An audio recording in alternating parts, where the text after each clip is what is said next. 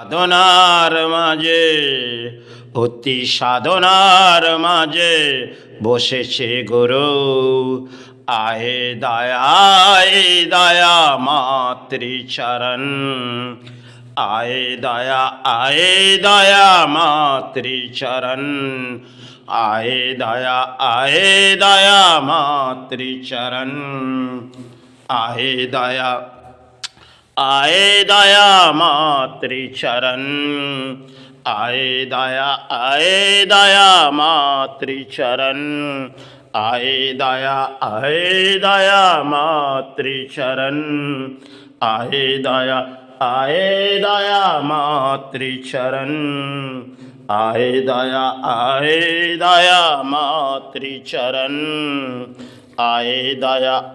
मातृचरण,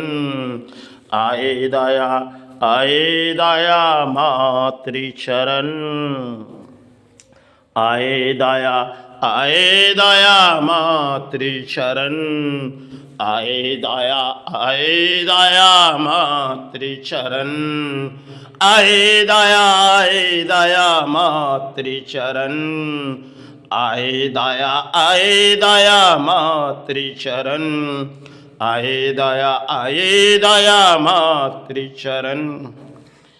এই বাংলার মাঝে বহু মহাপুরুষ এসেছিলেন, যাদেরকে আমরা হয়তো ভুলে গেছি আজকের সমাজে, কিন্তু তারা সাধনা করতে এসেছিলেন।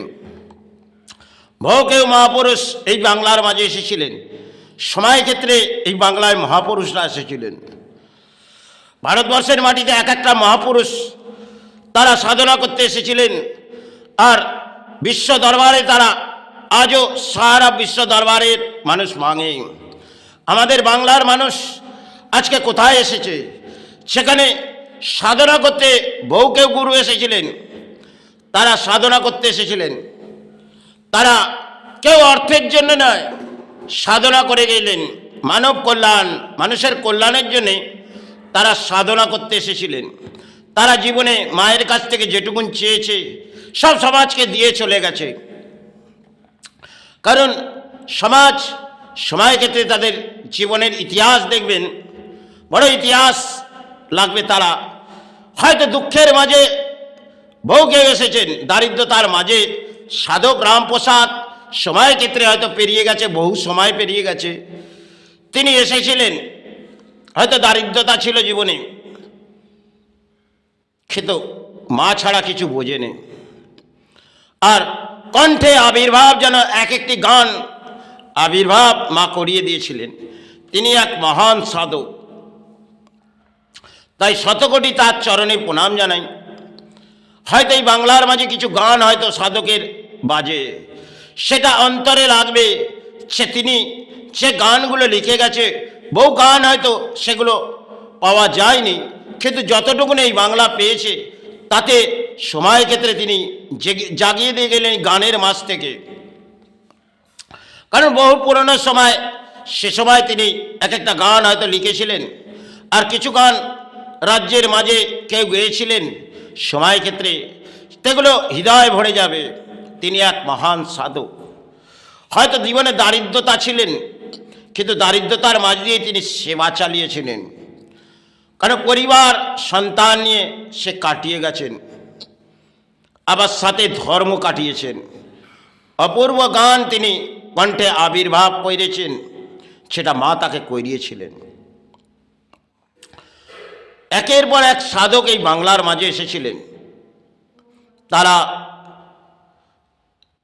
এই বাংলার মাঝে এসেছিলেন। আজ আমি তাদের শ্রীচরণে প্রণাম জানাই, কারণ তারা মহাপুরুষ। তারা সাধনা করতে এসেছিলেন, তারা ত্যাগের মাঝে এসেছিলেন। হয়তো প্রাণী বেঁচে থাকার জন্য ভোগের, যেটা আমরা প্রাণী বেঁচে থাকার জন্য অন্যের আহার গ্রহণ করি, সেটা আমাদের করতে হয়, কারণ প্রাণী হিসেবে এসেছি। তারা সেটা হয়তো করেছেন বটে, সেভাবে হোক দারিদ্রতার মাঝে অন্য যেভাবে হোক কিছু অন্য আহার যেভাবে হোক পারিশ্রমিক করে জীবনযাত্রা কাটিয়ে গেছেন। তাদের জীবনে লোভ লালসা ছিল না, তারা মা মা করে চিৎকার করেছে, কেউ গুরু গুরু করে চিৎকার করে গেছেন।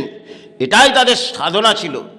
আর সেই সাধনা সময় ক্ষেত্রে বাংলা মাঝে তারা এসেছিলেন। এই রাজ্য কেন, বিশ্ব দরবারে তারা আজও সাহারা আছে। কেন? ঠাকুরকে দেখবেন বিশ্ব দরবারের মাঝে তিনি তার সেবা হয়, আর সেখানে ভারতবর্ষের বহু রাজ্যে তার সেবা হয়। কেন? স্বামী বিবেকানন্দ এসে গুরুকে এক একটা জায়গার মাঝে প্রবেশ করেছিলেন, যতটুকু দান তাকে দিয়েছিলেন তিনি কিন্তু গুরুর নামের মাঝে ছড়িয়ে দিয়ে গেলেন। তিনি জানে এ কর্ম সেটা আমি করে যাচ্ছি, সেটা এই দিয়ে যেতে হবে। তিনি হয়তো দেশের মাঝ থেকে, আমাদের বাংলার মাঝ থেকে বিদেশ ঘুরলেন, বিদেশ যাত্রা ঘুরলেন, আর বিদেশ যাত্রা ঘুরে বেলুড় মঠ আবির্ভাব করে গেলেন। তারপর তিনি এই বাংলা থেকে স্বর্গলাভ হলেন, কিন্তু এই বাংলাকে জাগিয়ে দিয়ে গেলেন, আর বিশ্ব দরবারকে জাগিয়ে দিয়ে গেলেন। এক বাংলার মাঝ থেকে এসেছিলেন, কারণ গুরু নির্দেশ নিয়ে তিনি কিন্তু পথে যেতেন। আমরা সেই নির্দেশ আজকে সমাজে চলে না, কারণ আমাদের গুরুরাও কিছু আজকে সমাজের যে গুরু আছে তাদের বীজমন্ত্র হচ্ছে গুরু দীক্ষা দিচ্ছেন বটে, কিন্তু সেই দীক্ষার মাঝে আর সময় ক্ষেত্রে যারা গুরুরা দীক্ষা দিয়েছেন অপূর্ব, যেন গুরুরা আমাদের শিক্ষা অর্জন করে গেছেন সময় ক্ষেত্রে। আজকে হয়তো আমরা কিছু দীক্ষা গুরু দেয়, কানে একটি বীজ মন্ত্র তো সেটা গুরু দেয়। আর আজকের সমাজে গুরুও দেখবেন, কারণ গুরু ধরে যদি দেখি একটা সৎ গুরু ধরো, কিন্তু সৎ গুরু হয়তো সময় ক্ষেত্রে পাওয়া যাবে, কারণ গুরু সেই নির্দেশ দেখবে সে সন্তানকে আসছে, গুরু তাকেই সম্মান করবে। দেখবেন 100 যজমান আছে, গুরু একজনকেই চুনবে। কারণ গুরু যদি সত্য মা ধরে পড়ে থাকে, গুরু ধরেই পড়ে থাকে, যাই ধরে পড়ে থাকে, কিন্তু গুরু বুঝবে যে এই রোকার ক্ষমতা আছে, এই সেই গুরু তাকেই চিনতে পারবে। আজকে সমাজে গুরু হয়তো দীক্ষা হয়তো দেয় বটে, কিন্তু কিছু অর্থের লোভ লালসা গুরুরও থাকে, আর যাকে দীক্ষা দিচ্ছে তিনিও কিন্তু অর্থের লোভ লালসা। তাহলে এই দীক্ষা একটা সময় হয়তো যে সমাজে এসেছে সেটি হয়তো একটা বীজ মন্ত্র, এই বীজ মন্ত্র কানে দিয়ে দিলাম, আর তাতে যেন সন্তান সমাজ জাগাবে এই ধরনের। কারণ সেবা চালাও, আর সেবাটা অর্থ আসা চাই। আজকে দেখবেন পুরোহিত ডালার মাঝে দেখছে কতটা ডালা ভরে উঠেছে, আমি সেইভাবে সেবা করব, সেইভাবে ঘন্টা বাজাবো। এই তো ঘন্টা, যে ঘন্টাটা একটা পবিত্র ঘন্টা ছিলেন, আজকে বাংলার মাঝে দেখবেন জায়গায় জায়গায় ঘন্টা বাজায়, আর বহু নারীও দেখবেন ঘন্টা বাজাচ্ছে। আজকে রাজ্যের রানী তিনিও ঘন্টা বাজাচ্ছে, কারণ ঘন্টা বাজিয়ে সমাজ জাগাচ্ছে।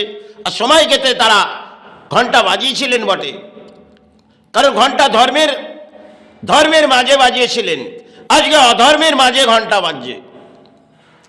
এক কলিযুগের এক ইতিহাস হচ্ছে, কারণ যে রানী এসেছে তিনি ধর্মকে কিভাবে ধ্বংসের পথে এগিয়ে দিয়ে যাচ্ছে। সনাতন ধর্মের জন্মগ্রহণ করেছে, আর ইসলাম ধর্মেকেও জাগাচ্ছে, আবার সনাতন ধর্মেকেও যেন জাগাচ্ছে। কারণ একটি জগন্নাথ মন্দির করে দিই, আর দেবী দুর্গাকে এই জায়গায় আবির্ভাব করে দিই, আর মহাকালকে আবির্ভাব করে দিই, তাহলে আমার রাজ্যের ফুল ফুটে থাকবেই। এটাই তো রাজ্য। আর রাজ্যের জনগণ ভাবছে বাহ, অপূর্ব যেন আমাদের দিদি এসেছে, আমাদের রাজ্যের মাঝে রানী। আর সময় ক্ষেত্রে যারা রানীরা স্থান করেছে সেগুলোতে আর যাব না, কারণ তাতে আর কিছু নেই, সেগুলো সময় ক্ষেত্রে তারা গড়ে গেলেন, আর তাতে অপূর্ব কিছু রাখা আছে। কিন্তু রাজ্যের জনগণ ভাবছে যে এবার যেতে হবে 2027, তিনি তো রানী গড়ছেন, আর রানীতে একটি দান দিচ্ছেন দেবী দুর্গার, আর সেই মন্দির শিলান্যাস হচ্ছে। তাহলে ওই রাজ্যের মাঝে আমাদের যদি দেবী দুর্গার মন্দির হয়ে ওঠে, তাহলে রোজই যাব মায়ের দেবী দুর্গার আবির্ভাব থেকে, আমরা সমাজ থেকে অর্থ লুটব। আর মহাকাল যদি আমাদের রাজ্যে প্রবেশ করে, তাহলে আমাদের রাজ্যে পরম সৌভাগ্য এসে যাবে। কেন? মহাকাল তিনি কিন্তু দমন করবে। আদি শক্তি মহামায়া কখন কি আবির্ভাব হয় সেটা তিনি জানেন না। আজ তাকে বুঝিয়ে দিতে চাই, হয়তো ধর্মের নামে হিংসা নয়, আজকে তিনি হিংসা বৃদ্ধির মাঝে লড়াই করাচ্ছে। আর মহাকাল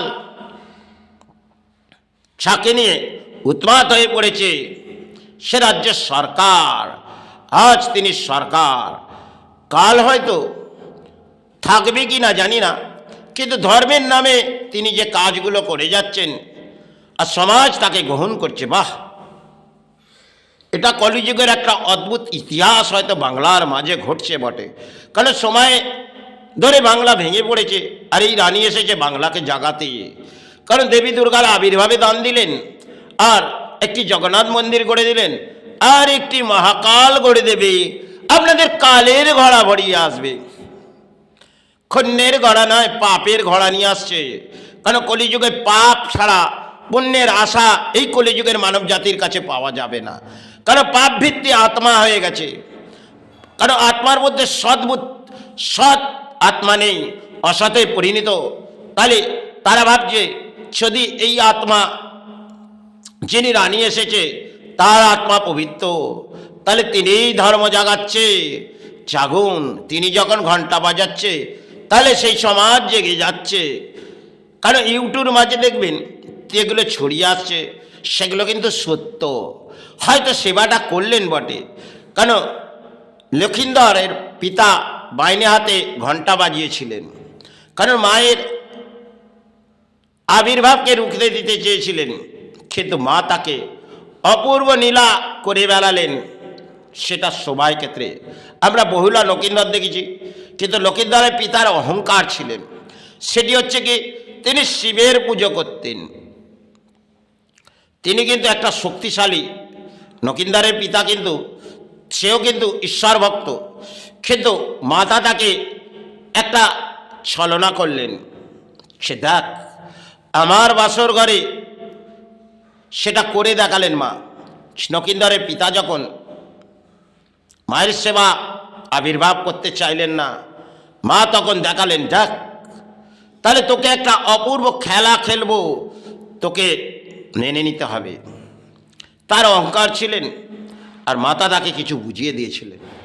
সময় ক্ষেত্রে লক্ষিন্দরের পিতা আর বেহুলা তাকে ভাসতে লাগলেন। কালীঘাট স্থান যাবেন, মায়ের আদিগঙ্গা, সেই আদিগঙ্গা দিয়ে বেহুলা গেছিলেন। আজও দেখবেন তার ইতিহাস পাওয়া যাবে। আজকে সেই গঙ্গা দেখবেন, যে গঙ্গা কালীঘাট, এই গঙ্গা তো আর পরিষ্কার করা হয় না, আর জঞ্জালে ভরে রয়েছে।